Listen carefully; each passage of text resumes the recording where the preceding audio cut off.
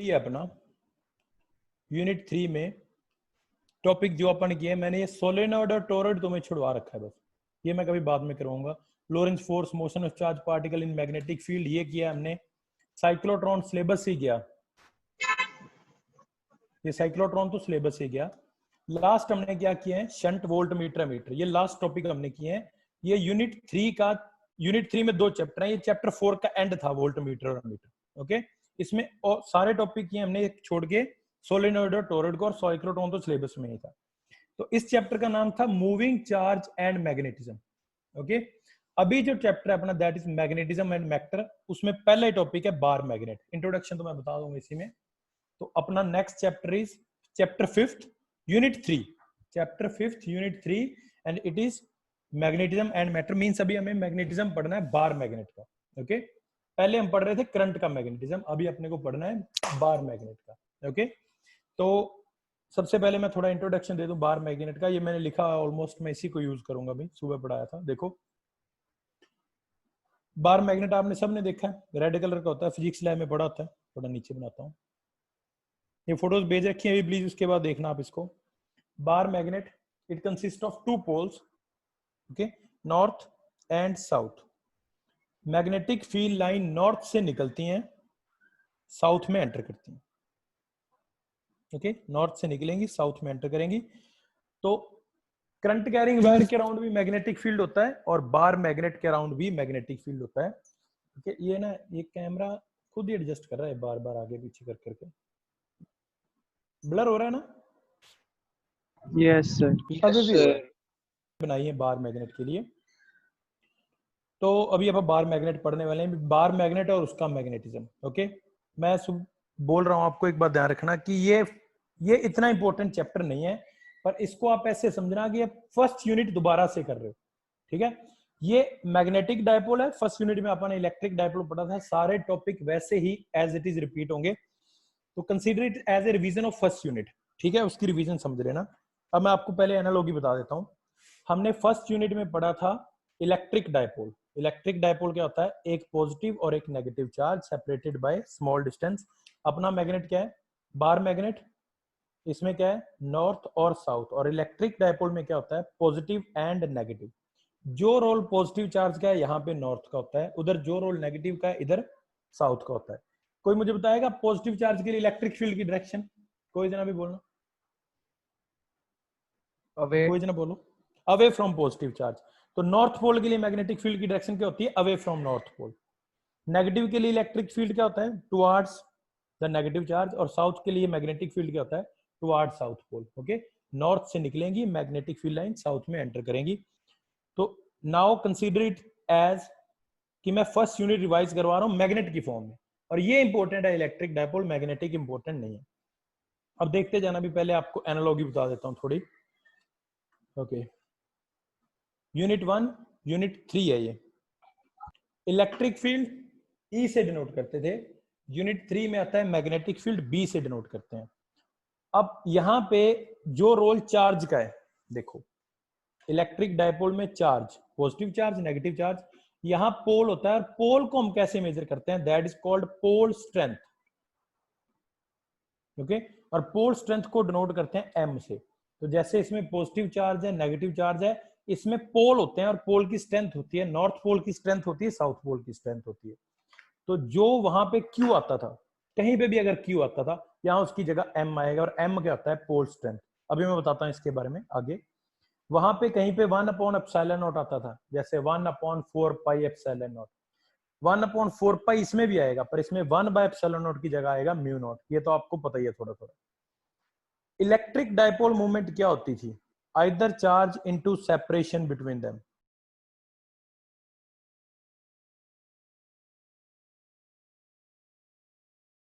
यहाँ देखो, कहीं पे वहां पे 1/4 पाई एप्सिलॉन नॉट आएगा, तो इधर उसकी जगह म्यू नॉट आएगा।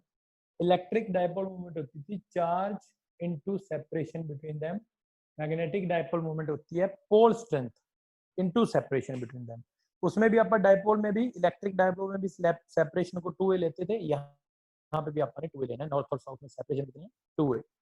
अब आगे देखो, ये आगे आगे आएंगे, मैं अभी नहीं बता रहा इसको। तो electric dipole movement P, magnetic dipole movement M। Either charge into separation, either pole strength into separation. ये टॉर्क उसमें देखो क्या आता था, पी ई साइन थीटा। यहाँ पी की जगह आना है एम, ई की जगह आना है बी, तो यहाँ आएगा M B sine theta. Potential energy उसमें क्या आती थी इलेक्ट्रिक डाइपोल में, P E cos theta minus यहाँ आएगी minus M B cos theta. ये आप ड्राइव करेंगे, ओके डोंट वरी। चलो अभी पोल स्ट्रेंथ पे आ जाओ। पोल स्ट्रेंथ क्या होती है? पोल स्ट्रेंथ हमें बताती है कि देखो चार्ज तो हमें सीधे पता चल जाता है ना, ठीक है 10 कूलम का, एक 5 कूलम का है, तो 10 कूलम वाला बड़ा है। तो अभी पोल स्ट्रेंथ में हमें कैसे पता चलेगा? जिसकी पोल स्ट्रेंथ ज्यादा होगी तो फिर उसके यूनिट भी होंगे। तो bar magnet is a magnetic dipole with two poles of equal and opposite pole strength. Electric dipole क्या था? Equal and opposite charges separated by small distance. Magnetic dipole क्या होता है? Two equal and opposite poles of same strength, okay. Then M pole strength है, उसकी unit मैं बता रहा हूं कहां से निकलेगी। देखो किसी को याद है मैग्नेटिक डायपोल मोमेंट की यूनिट? किसी को याद है? चलो मैंने ये लिखा हुआ देखो, कूलम पर मीटर। ओके, वो इलेक्ट्रिक डायपोल मूवमेंट थी बेटा। मैग्नेटिक डायपोल मूवमेंट मैंने लूप की बताई थी लास्ट टाइम, होती है करंट एम्पियर इनटू मीटर। हाँ, तो मैग्नेटिक डायपोल मूवमेंट के यूनिट होते हैं एम्पियर मीटर स्क्वायर। तो यहां से अब निकालेंगे अपन pole strength into separation between them होती है magnetic dipole movement. Magnetic dipole movement के यूनिट पता है एम्पियर मीटर स्क्वायर। लूप जब अपन लूप के लिए मैग्नेटिक फील्ड करते थे ना तब से पता है, तो उसके यूनिट पता है, लेंथ के पता है, तो इसके यूनिट पोल स्ट्रेंथ क्या आएंगे? Ampere metre. ये मैंने ऊपर लिखे हुए हैं, क्या यूनिट आएंगे? Ampere metre. तो पोल स्ट्रेंथ के यूनिट होते हैं एम्पियर मीटर और मैग्नेटिक डायपोल मोमेंट के यूनिट होते हैं ampere metre square. Charge scalar है या वेक्टर? चार्ज स्केलर है या वेक्टर? वेक्टर। बेटा चार्ज की डायरेक्शन बताओ फिर, अगर वेक्टर है तो डायरेक्शन भी होगी फिर। स्केलर है बेटा, स्केलर है चार्ज, ओके। चार्ज की कोई डायरेक्शन नहीं होती। कभी अपन ऐसे नहीं लिखा 10 कूलम आई कैप जे कैप, ओके। चार्ज स्केलर होता है, वैसे ही पोल स्ट्रेंथ भी स्केलर है। इलेक्ट्रिक डायपोल मोमेंट स्केलर होती है, वेक्टर। अब तेरे को सारी उम्र नहीं बोलेगा बेटा जिसने भी बोला था कि चार्ज स्केलर वेक्टर होता है। तुम गलती करोगे ना तो हमेशा याद रखोगे, बोल दिया करो जब मैं बोलता हूँ। अब जिसने भी ये बोला था ना, मैंने देखा नहीं है मेरा एक्चुअली स्क्रीन पे, अब वो तो सारी उम्र नहीं भूलेगा कि चार्ज स्केलर होता है। चलो आगे देखो। चलो अब ये बताओ, इलेक्ट्रिक डायपोल मोमेंट स्केलर होती थी वेक्टर पी, कौन बताएगा? कोई जरा बताओ। ओके लहर वेक्टर है, कोई जरा बोल के बताओ, तुम बोल दिया करो कुछ नहीं होता, मुझे नहीं पता चल रहा कौन बोल रहा है। स्केलर। ओके वेक्टर होती है, अभी मैं बोल रहा हूँ। तो इलेक्ट्रिक डायपोल मोमेंट होती है वेक्टर, उसकी डायरेक्शन बताएगा कोई? अब बताओ, अर्नव बता, सबसे ऊपर तू ही है। अर्नव सुन रहा है क्या? अर्नव, दिया बताओ, दिया खन्ना, इलेक्ट्रिक डायपोल मोमेंट की डायरेक्शन बताओ पी की।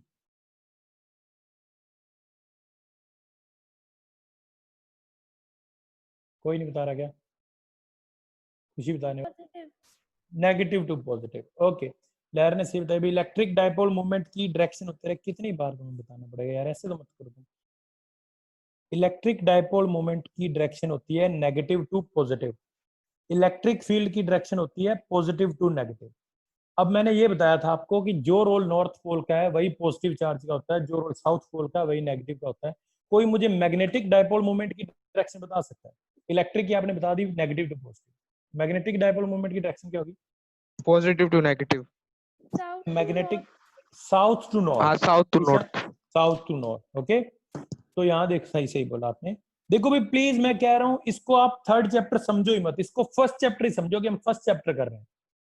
बस मैं जहां पे नॉर्थ बोलूंगा वहां बोल लेना कि मैं पॉजिटिव समझ रहा हूँ, यहाँ मैं साउथ बोलूंगा समझ रहा हूँ, वहां मैं नेगेटिव बोल रहा हूँ, ओके। तो इलेक्ट्रिक डायपोल मोमेंट होती है पी, ये होती है एम, एम्पियर मीटर स्क्वायर, और इसकी वेक्टर क्वांटिटी है तो इसकी डायरेक्शन होगी साउथ टू नॉर्थ, ध्यान रखना भी, जैसे वो नेगेटिव टू पॉजिटिव होती थी, ओके। अब कूलम लॉ इन इलेक्ट्रिक फील्ड क्या था? देखो इलेक्ट्रिक फील्ड में दो चार्जेस में फोर्स का फॉर्मूला क्या था? 1/4 pi epsilon naught Q1 Q2 by R square. अब दो चार्जेस में इलेक्ट्रिक पोल स्ट्रेंथ क्या है शिवांशु बेटा? पोल स्ट्रेंथ क्या है? ये बार मैग्नेट मैंने दो बना दिए, अब ये 1 है ये 2 है। मैं कहता हूं कि 1 वाला बार मैग्नेट स्ट्रॉन्ग है, ये आयरन को ज्यादा अट्रैक्ट कर रहा है, ये कम अट्रैक्ट कर रहा है। जैसे मैं ऐसे बताता हूँ कि ये छोटा है और ये लंबा है, इससे मेरा काम तो नहीं चलेगा ना, तो मुझे बताना पड़ेगा कि ये 4 सेंटीमीटर का, ये 6 सेंटीमीटर का। तो साइंटिफिक स्टेटमेंट है this is 6 centimetre, this is 4 centimetre. अब अनपढ़ स्टेटमेंट है कि ये छोटा है और ये बड़ा है। ऐसे ही मैं बताता हूँ कि ये मैग्नेट स्ट्रॉन्ग है, ये मैग्नेट वीक है, ये अनपढ़ स्टेटमेंट है। मैं कहूंगा इसकी पोल स्ट्रेंथ है 10 एम्पियर मीटर और इसकी पोल स्ट्रेंथ है 5 एम्पियर मीटर, तो ये वाला स्ट्रॉन्ग मैग्नेट। तो पोल स्ट्रेंथ को कोई डिफाइन नहीं कर सकता, जैसे आप लेंथ को कोई डिफाइन नहीं कर सकता। पोल स्ट्रेंथ मेजर करती है कि डायपोल मैग्नेट कितना स्ट्रॉन्ग है। समझ में आया क्या सर शिवांशु? ये समझ में लेंथ आया पे कुछ? डिपेंड करती है सर पोल स्ट्रेंथ? ना, लेंथ पे डिपेंड नहीं करती, लेंथ पे डिपेंड नहीं करती, वो डिपेंड करती है कि आपने मटेरियल कौन सा लिया है मैग्नेट बनाने के लिए। ओके, फेरोमैग्नेटिक पैरामैग्नेटिक केमिस्ट्री में सुने हैं क्या कुछ? कुछ आए हैं केमिस्ट्री में अभी तक के नहीं आए? नहीं आए। आए हुए हैं। तो फेरोमैग्नेटिक के स्ट्रॉन्ग मैग्नेट बनते हैं अगर आप केमिस्ट्री पढ़ो तो। चलो छोड़ो, देखो अब कूलम लॉ इन मैग्नेटिज्म बताने वाला हूं मैं। दो चार्जेस में फॉर्मूला था 1/4 pi epsilon naught Q1 Q2 by R square. दो पोल ले लिए मैंने, पता नहीं किस किस के पोल हैं, एक की पोल स्ट्रेंथ है M1, दूसरे की M2, सेपरेशन है R। तो देखो 1/4 पाई तो इसमें भी है, इसमें भी है। इसमें आता है 1/एप्सिलॉन नॉट, इसमें आएगा म्यू नॉट। Q1 Q2 की जगह M1 M2 by R square, that's it. Okay, तो कूलम लॉ इन मैग्नेटिज्म क्या है? Mu naught by 4 pi M1 M2 by R square. M1 M2 pole strength है, इस पे कभी भी न्यूमेरिकल नहीं आएगा, पर आप ये एनालॉगी याद रख लेना किसकी जगह क्या आता था, बाय चांस पेपर में आ जाता है, क्यू की जगह एम आता है। ओके, अब यहाँ म्यू नॉट 4 पाई की वैल्यू आपको पता है 10⁻⁷ टेस्ला मीटर पर एम्पियर स्क्वायर। ओके, उसके बाद बताओ मुझे फोर्स और इलेक्ट्रिक फील्ड कैसे रिलेटेड है, किसी को याद है? इलेक्ट्रिक में वहां पे इलेक्ट्रिक फील्ड क्या होता था, पहले ये बता देता हूँ। इलेक्ट्रिक फील्ड सिंगल चार्ज के लिए क्या होता था? 1/4 pi epsilon naught Q by R square. अब एक सिंगल पोल के लिए मैग्नेटिक फील्ड क्या होगा? Mu naught by 4 pi M by R square. Same देखो, 1/एप्सिलॉन की जगह म्यू नॉट, Q की जगह M। M पोल स्ट्रेंथ है, 4 पाई उधर भी है, R स्क्वायर उधर भी। ओके, सर कोई मुझे सर मेरे को समझ नहीं आया, ये क्या नहीं कंफ्यूजन है। समझ, क्या क्या बताओ, क्या कंफ्यूजन है? बताओ बेटा बताओ, कुछ बताएगा तो मैं हेल्प करूँ। बोल निमेश, चार्ज पढ़ा है थोड़ा बहुत, फर्स्ट चैप्टर में पढ़ा था, फर्स्ट यूनिट में। सर आपसे ही पढ़ा था जितना पढ़ा था, उसके अलावा नहीं पढ़ा था। उसके अलावा नहीं पढ़ा था? मैंने नहीं electric sir. Field magnetic field कुछ बताया था? इलेक्ट्रिक फील्ड चार्ज के अराउंड क्या आता है? यस चल सर। छोड़, अब बेटा वही है, चार्ज के अराउंड मैग्नेट इलेक्ट्रिक फील्ड होता है। ये पोल ले लिया मैंने, कोई भी पोल ले लिया, इसकी पोल स्ट्रेंथ है M, इनविजिबल पोल लिया। मैं कहता हूँ R डिस्टेंस पे बताओ मैग्नेटिक फील्ड कितना है, तो इसका फॉर्मूला क्या है मैग्नेटिक फील्ड का R डिस्टेंस पे? म्यू नॉट बाय 4 पाई, ये तो कांस्टेंट है 10⁻⁷ into pole strength by R square, ये फॉर्मूला बस। ठीक है, अब मैं कहता हूँ कि यस। चार्ज है, अब ये चार्ज है Q, इसके अराउंड अब मैग्नेटिक फील्ड तो नहीं हो सकता ना, चार्ज के अराउंड इलेक्ट्रिक फील्ड होता है। तो R डिस्टेंस पे इलेक्ट्रिक फील्ड क्या होगा? 1/4 pi epsilon naught Q by R square. तो M की जगह Q आ रहा है, म्यू नॉट की जगह 1 पाई एप्सिलॉन नॉट आ रहा है, सेम। कोई मुझे मैग्नेटिक फील्ड के यूनिट बताएगा? कोई मुझे मैग्नेटिक फील्ड के यूनिट बताएगा? मैग्नेटिक फील्ड के यूनिट क्या होते हैं? टेस्ला।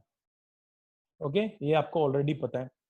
अब फोर्स और इलेक्ट्रिक फील्ड में क्या रिलेशन था देखो, फोर्स बाय चार्ज क्या होता है? Electric field. यहां देखो क्या आएगा, फोर्स तो फोर्स है, चार्ज की जगह पोल स्ट्रेंथ, इलेक्ट्रिक फील्ड की जगह मैग्नेटिक फील्ड। तो अगर हम एक मैग्नेटिक फील्ड में, ये मैग्नेटिक फील्ड है B, इसमें मैंने कोई पोल रख दिया M, तो उस पर फोर्स कितना लगेगा? MB। जैसे इलेक्ट्रिक फील्ड में अगर चार्ज रखते हो तो फोर्स कितना लगता था? QE। ये मैं बार बार बोल रहा हूँ, ये फॉर्मूले ध्यान रख लेना। इलेक्ट्रिक फील्ड में अगर आप कोई चार्ज रखते हो तो उस पर फोर्स लगता था QE। सिमिलरली अगर आप मैग्नेटिक फील्ड में कोई पोल रखोगे ना तो उस पर फोर्स लगेगा MB। M पोल स्ट्रेंथ है, B मैग्नेटिक फील्ड है, ये देखो मैंने लिखा हुआ है। ओके, नेक्स्ट, मैग्नेटिक फील्ड की डायरेक्शन आपको पता है, नॉर्थ पोल के लिए अवे, साउथ पोल के लिए टुवर्ड्स, ये बता रखा हूँ। देखो, away from north towards south pole. तो अब आ जाओ इलेक्ट्रिक फील्ड।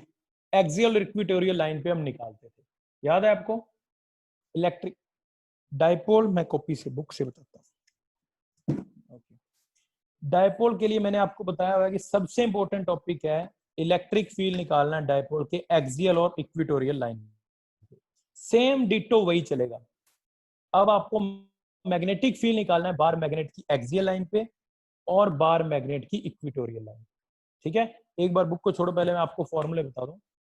ये डाइपोल था, ये पॉजिटिव चार्ज, ये नेगेटिव चार्ज, सेपरेशन लेते थे 2a। इसकी एक्सियल लाइन पे r डिस्टेंस पे मैग्नेटिक फील्ड अपन निकालते थे। उसका फॉर्मूला क्या था? रक्षिता याद है क्या? Electric field due to dipole, कुछ याद है? रक्षिता सुन रहे हो? रक्षिता मेरी आवाज आ रही है क्या? देखो डाइपोल अपना इलेक्ट्रिक डाइपोल, ये पॉजिटिव चार्ज, ये नेगेटिव चार्ज, एक्सियल लाइन पे इलेक्ट्रिक फील्ड निकालते थे। सेपरेशन को 2a लेते थे, सेंटर से डिस्टेंस r लेते थे। एक्सियल लाइन पे फॉर्मूला आता था 1/4πε0 2pr r² माइनस a² का होल स्क्वायर। p यहाँ पे इलेक्ट्रिक डाइपोल मोमेंट है। सिमिलरली इधर देखो, बार मैग्नेट की एक्सियल लाइन पे फॉर्मूला क्या आएगा? 1/4πε0 तो बड़ा है, 1πε0 की जगह μ0, p की जगह m, r तो r है, बाकी सब कुछ सेम। तो सेम डिटो डेरिवेशन है, डिटो। टाइनी डाइपोल के लिए a को नेग्लेक्ट कर देते थे, ये फॉर्मूला बन जाता था 2p/r³। यहाँ टाइनी बार मैग्नेट को अगर आप निकालोगे तो ये बन जाएगा 2p/r³। इक्वेटोरियल लाइन पे इलेक्ट्रिक डाइपोल आता था 1/4πε0 p/r² प्लस a² की पावर 3/2। यहाँ देखो p की जगह m, 1/ε0 की जगह μ0, सेम वही फॉर्मूला टाइनी के लिए ये। ओके, ये भी देखो इक्वेटोरियल लाइन पे डबल होता है एक्सियल का, सॉरी हाफ होता है, एक्सियल लाइन पे डबल होता है। यहाँ भी देखो ये 2m है, यहाँ सिंगल m। अब मैं एक बार आपको बुक से दिखाता हूँ अगर आपको याद हो तो। ये आप पॉइंट लेते थे, देखो मैं फिर कह रहा हूँ, प्लीज इसको मैं नहीं करवा रहा, आपको खुद करना है। और इसको ये समझ के करना है कि आप फर्स्ट यूनिट की रिवीजन कर रहे हो, चाहे फर्स्ट यूनिट ही दोबारा से कर लेना, इसको करना ही मत। ठीक है, तो बार मैग्नेट 2l लेंथ का लिया इन्होंने, अपन 2a का लेते थे। डिस्टेंस इन्होंने लिए d, अपन ने r ली थी। सेम डिटो नॉर्थ पोल का, देखो ये नॉर्थ पोल का अवे है, साउथ पोल का टुवर्ड्स है, तो ये b और ये b', तो नेट मैग्नेटिक फील्ड हो जाएगा, कहीं यहाँ लिखा होगा b माइनस b'। उसके बाद ये इनको वैल्यू पुट कर दी, सॉल्व कर करा के ये अपना यही आएगा जो मैं भी आपको बता रहा था, μ0/4π 2m। मैंने r लिखा था, इन्होंने d लिखा है, नीचे वही फॉर्मूला। अगर टाइनी डाइपोल है तो फिर ये आप l को नेग्लेक्ट कर देना, ये फॉर्मूला आ जाएगा। ओके, सिमिलरली इक्वेटोरियल लाइन पे देखो, ये साउथ, ये नॉर्थ, साउथ का मैग्नेटिक फील्ड टुवर्ड्स, ये b', नॉर्थ का अवे ऊपर। उनको रिजोल्व करोगे, इधर साइन कंपोनेंट इन्होंने बनाए नहीं हुए, कट जाएंगे, नॉर्थ कोस कंपोनेंट बचेंगे दोनों के। ठीक है, तो नेट मैग्नेटिक फील्ड देखो, ये कोस कंपोनेंट ऐड होके ये आ जाएगा, और कोस की वैल्यू डायग्राम से निकाल के यहाँ पुट करनी है, सेम वही फॉर्म।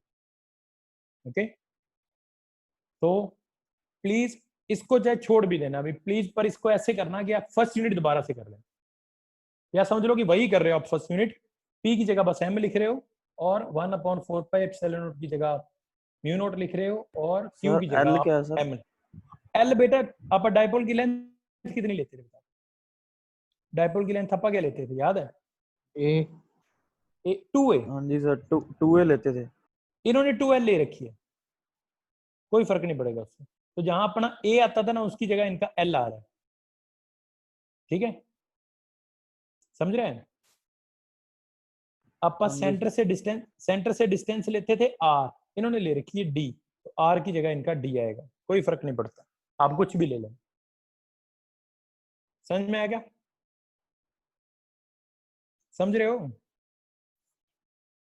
ये डायग्राम में दोबारा से बनाता हूँ, फिर आपको ये करवा दूंगा। देखो अब हमें करना है torque on magnetic dipole in magnetic field.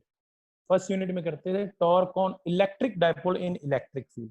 ये डायग्राम देख लेना भी, ये मैग्नेटिक फील्ड है अपना। मैग्नेटिक फील्ड की डायरेक्शन बताओ क्या होती है? बताओ मैग्नेटिक फील्ड की डायरेक्शन क्या होती है? North to south. इसमें हमने एक बार मैग्नेट रख दिया, ये बार मैग्नेट का नॉर्थ पोल है, ये बार मैग्नेट का साउथ पोल है। इसकी पोल स्ट्रेंथ भी m है, इसकी पोल स्ट्रेंथ भी m। अब ये बताओ, इस नॉर्थ को ये वाला नॉर्थ अट्रैक्ट करेगा, रिपेल करेगा? रिपेल करेगा। करेगा सर। इस पे फोर्स कितना लगेगा? Pole strength into magnetic field, जो मैं आपको पीछे बता रहा था। ये देखो फोर्स कितना लगेगा, mb। तो इस नॉर्थ पे फोर्स लगेगा pole strength into magnetic field. Electric dipole में लगता था QE, इस साउथ को ये अट्रैक्ट करेगा, इस पे फोर्स कितना लगेगा, mb। और ये एंगल कितना बना रहा है, थीटा। मैग्नेटिक फील्ड के साथ इसका एक्सिस कितना एंगल बना रहा है, थीटा। अब देखो नेट फोर्स कितना लगा, जितना इधर mb लग रहा है उतना इधर लग रहा है, तो नेट फोर्स तो हो गया 0। तो नेट फोर्स क्या आएगा, 0। पर इन दोनों फोर्सेस की वजह से एक कपल बन जाएगा। एक देखो, एक इधर लग रहा है, एक इधर लग रहा है, इसकी वजह से ये ऐसे रोटेट करता है। हमें टॉर्क निकालना है। टॉर्क का फॉर्मूला याद है किसी को? मूविंग कॉइल गैल्वेनोमीटर पता नहीं कितनी बार करवाया था मैंने, तब बताया था। किसी को याद है टॉर्क फोर्स का into formula? Perpendicular distance. Distance. Force okay, into perpendicular distance. Distance. तो ये मैं डायग्राम बना रहा हूँ, इस पॉइंट को A, B और ये ले लिया मैंने C। बताओ कौन सी परपेंडिकुलर डिस्टेंस, कौन सी? AB, AC या BC? BC। BC। दोनों एग्जैक्टली BC। देखो दोनों फोर्सेस की लाइन, एक लाइन इस लाइन पे फोर्स लग रहा है, एक इस लाइन पे, इन दोनों में परपेंडिकुलर डिस्टेंस चाहिए। तो टॉर्क का फॉर्मूला क्या होता है, फोर्स इनटू परपेंडिकुलर डिस्टेंस। अब ये देखो फिर से, ये लेंथ है डायपोल की 2a, तो इसको रिजोल्व करोगे तो थीटा वाली साइड आएगा 2a cos थीटा, और ये परपेंडिकुलर हो जाएगा 2a sin थीटा। ओके, तो BC अपना आ गया 2a sin थीटा। तो फोर्स है mb, परपेंडिकुलर डिस्टेंस है 2a sin थीटा। अब इसमें से b को छोड़ो, m into 2a b sin theta. m into 2a क्या बन जाएगा, either pole strength into separation, capital M। और कैपिटल M क्या होता है, मैग्नेटिक डायपोल मोमेंट। तो टॉर्क कितना आ गया, mb sin थीटा। इस mb sin थीटा को लिख सकते हैं m cross b, ab sin theta. Same वही फॉर्मूला अभी जो फर्स्ट यूनिट में था, वहां आता था pe sin थीटा, यहाँ आया mb sin theta. Stable unstable equilibrium याद है? Yes sir. कब होता था स्टेबल इक्विलिब्रियम, कब होता था अनस्टेबल इक्विलिब्रियम? थीटा 180 और 0। हाँ ओके, चल देखो, टॉर्क का फॉर्मूला है अभी mb sin थीटा। थीटा अगर 0 हुआ तो भी टॉर्क 0, थीटा अगर 180 हुआ तो भी टॉर्क 0।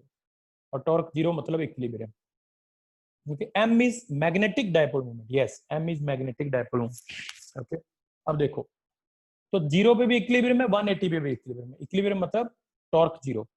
अब थीटा 0 पे होता है स्टेबल इक्विलिब्रियम, थीटा 180 पे होता है अनस्टेबल इक्विलिब्रियम।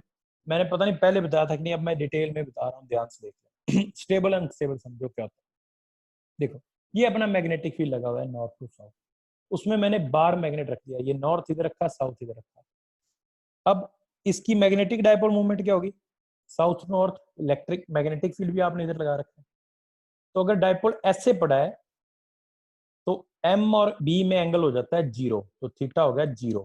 तो ये हो गया स्टेबल इक्विलिब्रियम। अगर आपने डायपोल को उल्टा कर दिया, नॉर्थ आप इधर ले आए और साउथ इधर ले आए, मैंने इसको ऐसे फ्लिप कर दिया 180 डिग्री, तो अब देखो मैग्नेटिक डायपोल मूवमेंट इधर, मैग्नेटिक फील्ड तो आपने इधर लगा रखा है, तो थीटा कितना हो गया 180।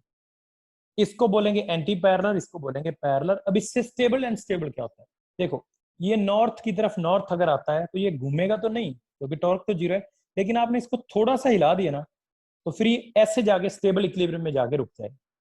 ये नॉर्थ की तरफ नॉर्थ आया हुआ है, ये नहीं चाहता है कि इधर रहे, तो जैसे ही थोड़ा सा अनस्टेबल इक्विलिब्रियम को आप डिस्टर्ब करोगे ना, वो उसको स्टेबल इक्विलिब्रियम में ले जाता है।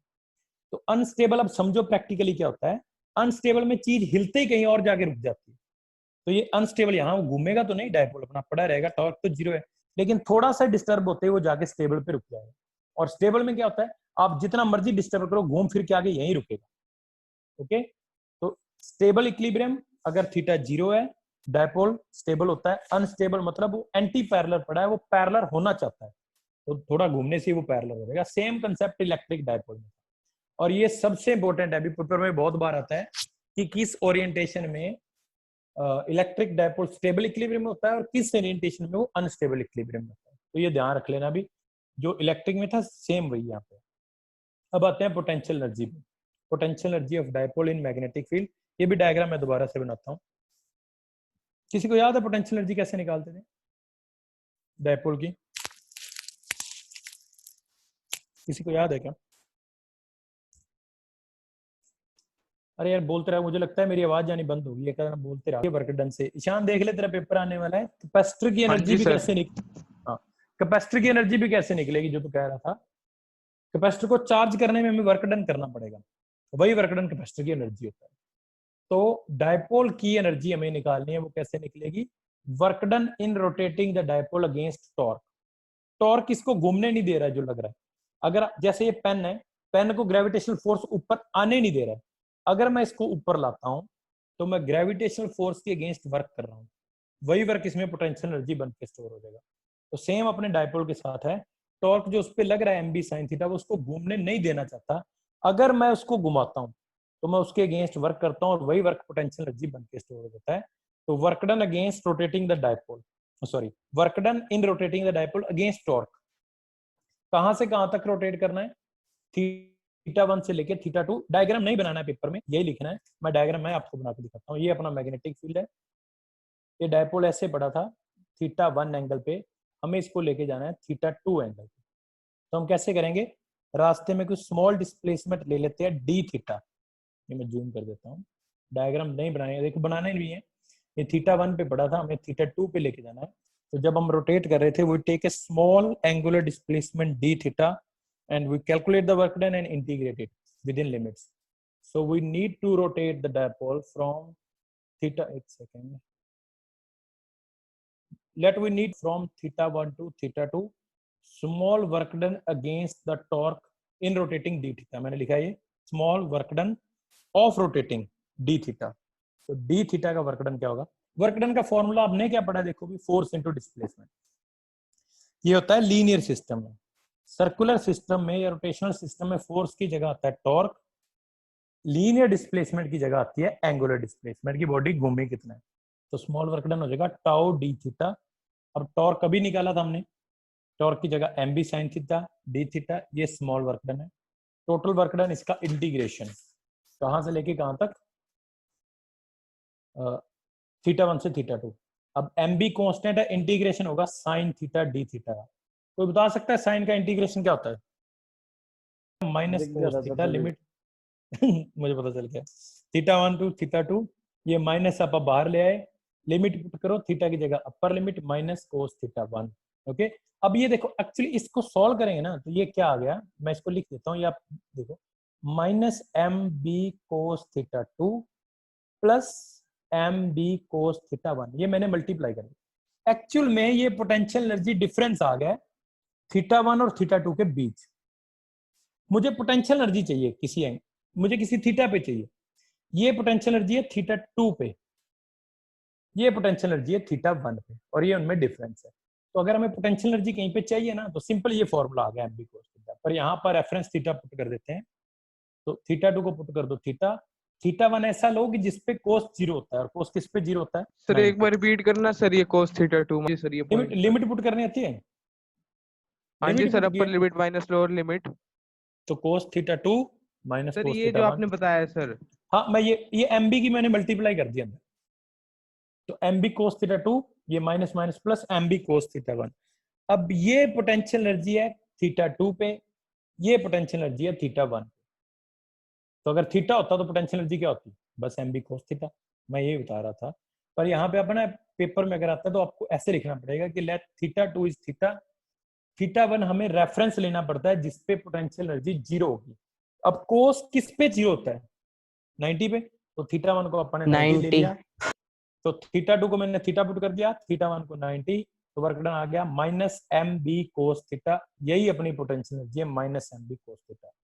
अब ए डॉट बी का फॉर्मूला याद है किसी को, ए डॉट बी क्या होता है, a AB vector cos into b vector. Vector नहीं है, तू निमेश गलत देखते रहे, बेसिक बता देता हूँ। अरे बताना ये, इनमें डिफरेंस समझ बेटा, ए ओ dot sir B, sorry sir, A A B B cos theta. Cos theta. अब ये ए वेक्टर है, ये बी वेक्टर है, ये ए का मैग्नीट्यूड है, ये बी का मैग्नीट्यूड है, समझ में आया क्या। तो ये यस ए बी सर, ये वेक्टर नहीं है, ये मैग्नीट्यूड है। स्केलर प्रोडक्ट होएगा सर, डॉट हाँ, प्रोडक्ट। मैं इसको ऐसे लिख देता हूँ, तेरे को लगता है तो ऐसे वेक्टर लगा के बार, ठीक है। तो ये देखो, ये m का मैग्नीट्यूड, b का मैग्नीट्यूड, डॉट प्रोडक्ट में लिखोगे तो ये m डॉट b आप लिख सकते हैं। अब इलेक्ट्रिक डायपोल में क्या आता था, कहाँ गया, P dot E, P cos theta यहाँ है, M B कोस थीटा। ये एनालॉग याद रखना भी, किसकी जगह याद क्या आता है। अगर आपको ये याद रह गया ना तो ये फर्स्ट चैप्टर वाला रिपीट कर लेना, ये तो आप कर ही लोगे। ठीक है, समझ में आया क्या?